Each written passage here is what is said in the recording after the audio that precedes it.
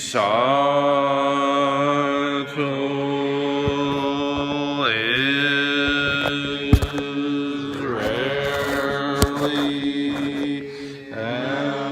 encountered even in millions of ages.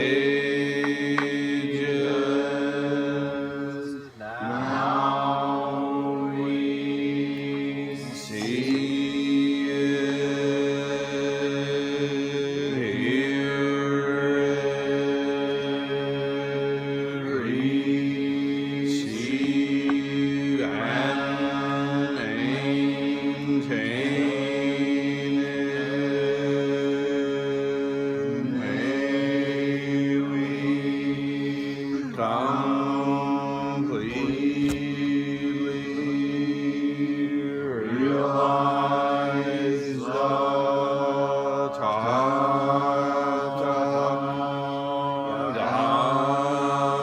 Tathagata's true meaning.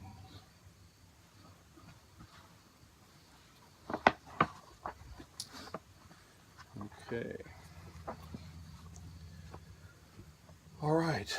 So, very kind of a magic session. There's a lot going on in the underbelly of things. It's pretty interesting to me.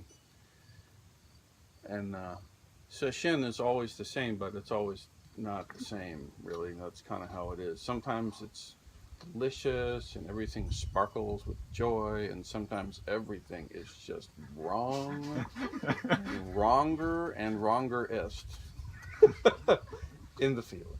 And then it's all kinds of things in between, it bounces around. Sometimes it's this, sometimes it's that. But one thing I know for absolute certain, folks, is that it's always exactly what we need. It is precisely the stone in the shoe that actually we need, or the relief of the thorn in the side that needs to be pulled out. Either way. And there's a kind of a faith, a kind of a trust that's built up over time and intimacy with this ancient practice that leads one to that sense of certainty that, in fact, whatever the weather is showing up as is exactly right. And that doesn't mean it's always pleasant, or we always know what's going on, or we feel like we're brilliantly clear, or anything like that. I mean, sometimes we do, sometimes not. So what is the main case? If the main case isn't making sure we always feel brilliantly clear, because definitely that's not the main case, what is the main case? What is it about? Is it always being in a perfectly happy state? Is it always being constantly aware of the infinite realms of nothingness, whatever? What is it? Well, I'd like to bring up a quote from the Lotus Sutra and then maybe make it a little more clear with a case from the Mumonkan. So this is the primary text called Dharma Reigns, Sources of Buddhist Environmentalism for the Ongo. And in the very beginning, it takes this nice little bit off of the Lotus Sutra. It says this: "The rain falls everywhere, coming down on all four sides. Its flow and saturation are measureless, reaching to every area of the earth, to the ravines and to the valleys of the mountains and the streams, to the remote and secluded places where grow plants and bushes and medical herbs, trees large and small, 100 kinds of grain, rice seedlings, sugar cane, grapevines. The rain moistens them all. None fails to receive its full share. None fails to receive its full share." And I think to this, if we simply add the title of the text and say, the Dharma rain falls everywhere, coming down on all places of our lives. Its flow and saturation is measureless, reaching to every single area of ourselves. Reaching every single area of ourselves. Bar none. No little cul-de-sacs, off-ramps, hidden things, trapdoors, secret alleys. Nothing stuffed under a plank in the attic. You can try, but it's going to get wet. The Dharma rain is going to drench that thing, and it's going to smell. Because it's going to get all wet, and you got it all hidden, and you forgot it's there, and the stink. Oh, what's that smell? Some stinky thing hidden underneath the floorboard that you forgot. And then Sesshin, maybe the teacher, or just, life itself, at some point will yank that rug open. And you're like, what? It's just the floor, dude. And the teacher goes, ha! And step on the floorboard. Irk! And you go, oh, shit, I forgot about that. And then the smell. Oh! And it's your smell. Oh no. What to do? It's pretty simple at that point. Actually, at that point, the work is pretty much done, yeah? Really, it's when you don't know, you forgot. It's you put that thing under the floorboard and the rug, and it's been so long and whatever. You were drunk then anyway, you didn't know what you were doing. Uh-huh.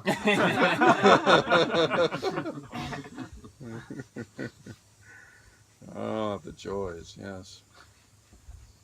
So its flow and saturation are measureless, reaching to every single area of the earth, every area of ourselves. There's no place you can hide from the Dharma. There's no maneuver, including the cool Zen maneuvers. We spend a lot of time learning the Zen maneuver, how you bow and how you ring the bell and how you lead the chants and how you serve the food and all this stuff. And then you get it right, and it feels good to get it right, but that can actually become a place to hide too. So first you think, okay, I don't fit in because I don't know when to bow or how to bow. And so you work on that.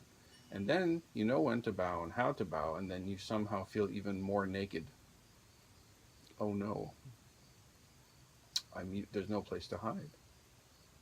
Because now I know how to make the bow, and I still have a stinky smell coming from somewhere. I thought that would be gone when I learned how to make the right bow. Do you know what I'm saying?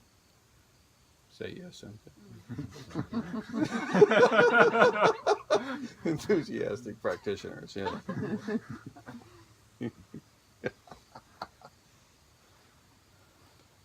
Reaching to every area, the ravines and valleys of the mountains and the streams. You're up on the mountain peak.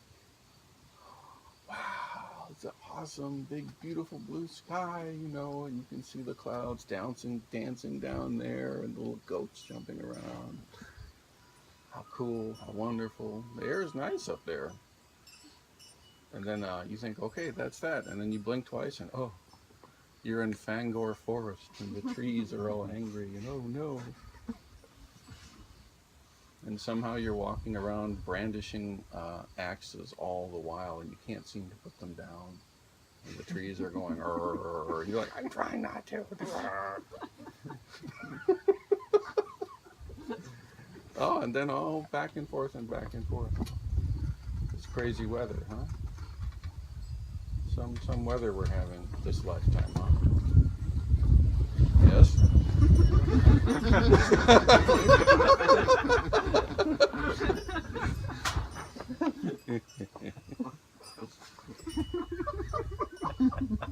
You doubt that. Don't make me show you again. Oh God, I love the Dharma. I really do.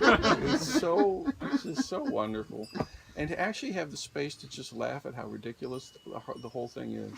This is really this is the great medicine, you know. This is just stupid. This whole thing. This is utterly stupid.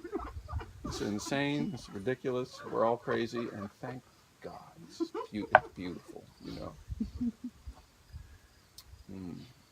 Even when drenched and stinky. Even then, maybe especially then. The remote and secluded places where grow plants and bushes and herbs of medicine, trees of large and small kind, thousands and thousands of grains and seedlings and sugar of grape. The Dharma rain moistens them all. None fails to receive its full share. The Dharma rain moistens them all. None fails to receive its share. We encounter this teaching in the inverted form usually. Our brother Secho is named after that. Every snowflake falls in the right place. This is a deep, deep practice. But it also works the other way. The Dharma rain nourishes every place. It comes and reaches everywhere. Do you see that? That's also necessary. You land in the right place. This is necessary. Also, the Dharma hits just the right spot. This is necessary. What magic incantation must you invoke in order to make sure the Dharma rain gets where it needs to go? Because somehow it feels like maybe that's true for everybody else, but you know, it couldn't be this. I mean, look, obviously it missed its spot. Maybe around here, or maybe around here, or maybe someplace. But that's not true. That's a trap. That's a big trap. Somehow I'm separate. Somehow I don't quite fit. Believe it or not, that's also arrogance.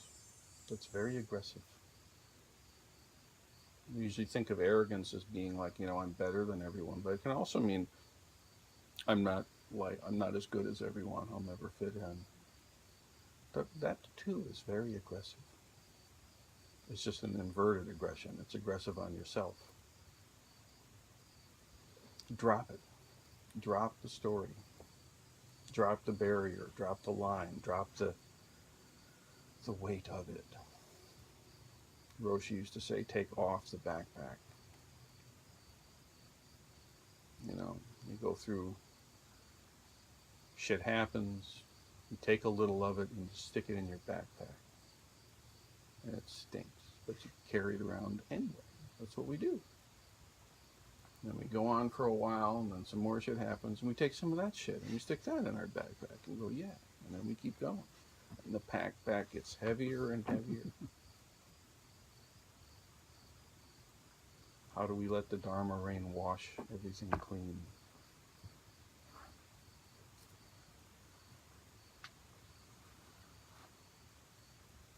So, one time, a monk went to Daihogen of Serio before the midday meal to ask for instruction. And Hogen was a descendant of Master Tozan. He was about maybe 4 or 5, I think, generations after Master Tozan. And Tozan is a big deal in our lineage, a very, very important teacher and figure. And so in the direct line from that. And a monk whose name we do not know approached and asked for the teaching. Now at this time it was a public like this. And this wandering monk came up and asked, please teach me. And as he did that, the Hogan, the abbot, he looked and pointed, and there were these blinds, like we have these windows here. And so someone says, "Could you please teach the Dharma?" And the teacher would go on here. She looks up and points at those blinds, and immediately, without missing a beat, completely in sync, one gets up and closes that blind, and one gets up and closes this blind. And it's important to know that they both do it the same way. That matters. So here's the scene, Dharma situation like this one, and then monk comes and asks for the teaching, and the teacher points at the bamboo screen in the case, and then two disciples get up and boom, boom, close them. Same way, and sit back down.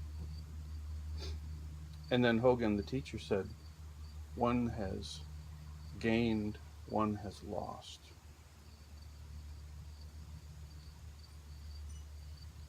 One has gained, one has lost.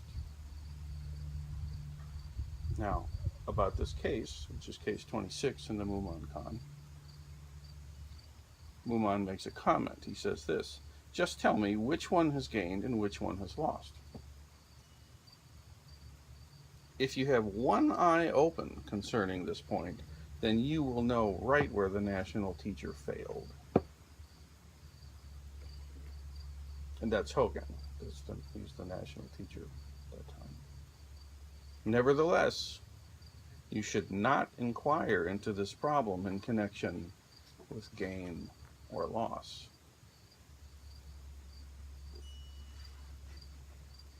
Just tell me which one has gained and which one has lost. If you have one eye open concerning this point, you know right where the teacher failed. Nevertheless, as you answer this question about gain and loss, you should not inquire into this problem in terms of gain or loss." Thank you, Mumon. Very helpful. But then he goes and gives us the verse. "The blind being rolled up, bright clarity penetrates the great empty space. Yet the great empty space still does not match the principle of Zen. It is far better to throw away emptiness and everything completely, and with a tight fit, never to let wind pass through."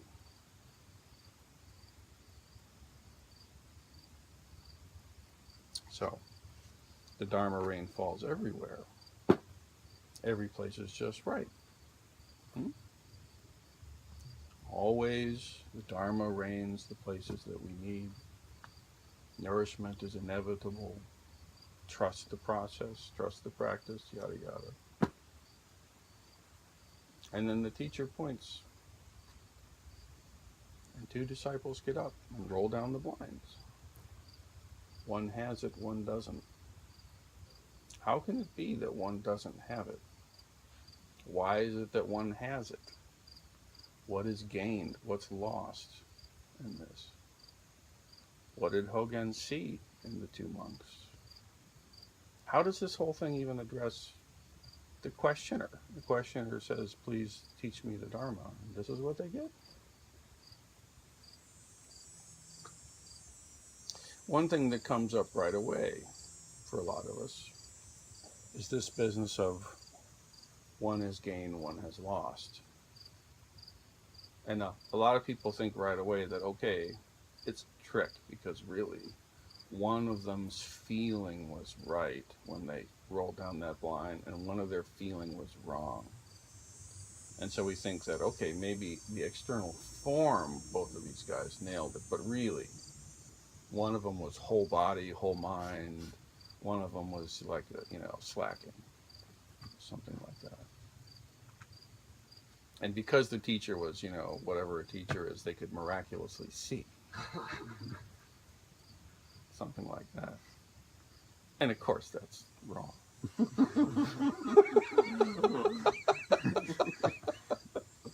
That's not where that won't help. It's just not going to help at all. That's the part where Mumon Khan says, don't. get all caught up about gain and loss while we discuss this gain and loss.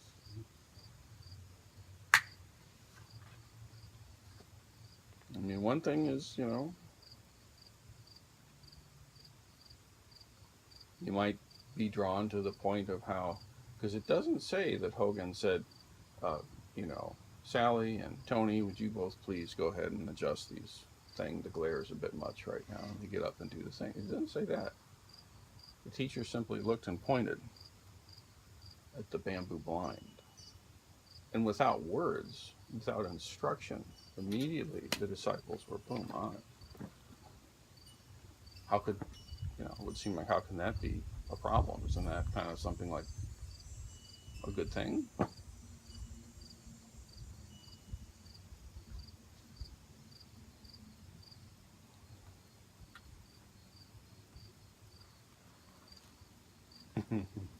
Maybe we go to the point that says, even though I do it all right, it always feels so wrong.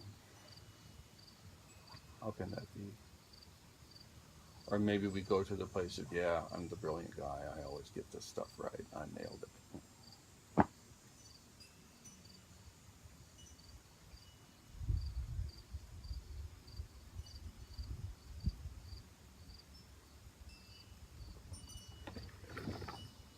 Just tell me which of these two had gained and which had lost. Kind of impossible, unless you can see through it. But I ask you to consider for yourself, how do you break free of gain and loss? How do you follow the guidance of the third ancestor in China and actually put down picking and choosing? Picking and choosing is the disease of the mind. We receive this teaching. What does it really mean to be free from that picking and choosing? Does that seriously mean that you just, I don't know what, like become some kind of weird amoeba that just doesn't like think about anything and just kind of like walk in random directions?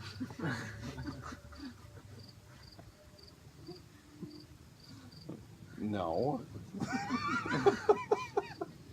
If one wants to go to the kitchen, one must go up those little stairs. That's how that works.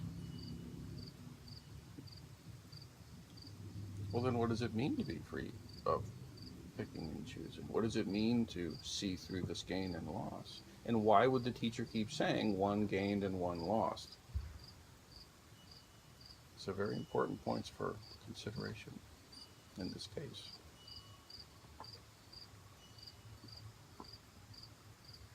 And Mumon helpfully says, he asserts again, just tell me which one is gained and which one is lost.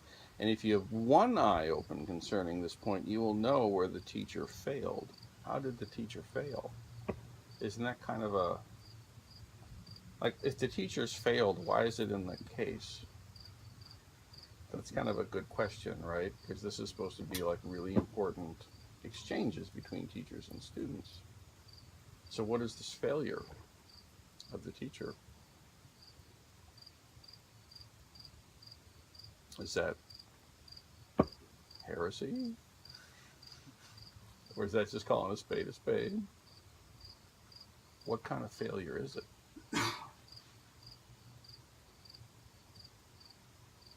Nevertheless, and you see that a lot. Okay, that aside, when you're getting into this matter of gain and loss, don't be trapped by gain and loss.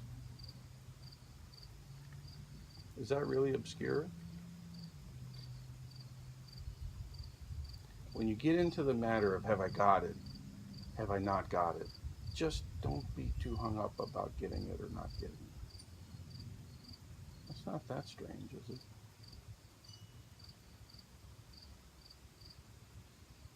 When you get into the realm of what rank am I? Oh, what level am I? Don't be all in a twist around what level you're in, okay? How about that? It's kind of like that. But if you're a person who says, oh, no levels, it's all cool, dude, You need to be thinking about what level you're at. Because guess what? There's levels, and you ain't at them.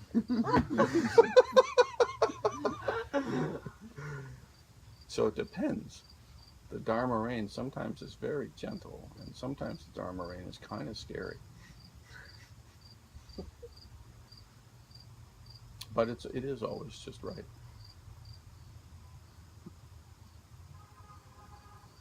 The verse. The blind being rolled up, bright clarity penetrates the great empty space. Bright clarity penetrates the great empty space. What is this clarity? And where's the empty space? Are they separate or not? Yet the great empty space still does not match the principle of Zen. Isn't that kind of the gig? Aren't we trying to like play that tune? Is that what we're trying? You know, seeing into Mu and this kind of things and what? The great empty space still does not yet match the truth of our way. One of our other teachers said, to encounter the absolute is not yet enlightenment. You've heard the phrase?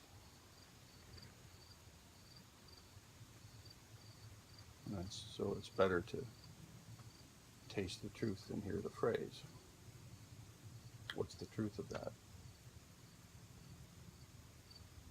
It's far better to throw away emptiness in everything completely. What does it mean to throw away emptiness? What does it mean to throw away everything? Does that mean we don't care? Are we back to amoeba land? Bouncing around, not caring about anything?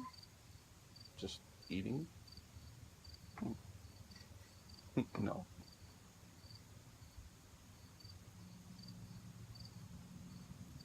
Throw away emptiness. And everything. Completely. And then with a tight fit. Not letting the wind pass through. That's what the blind was about. The wind was coming through too much.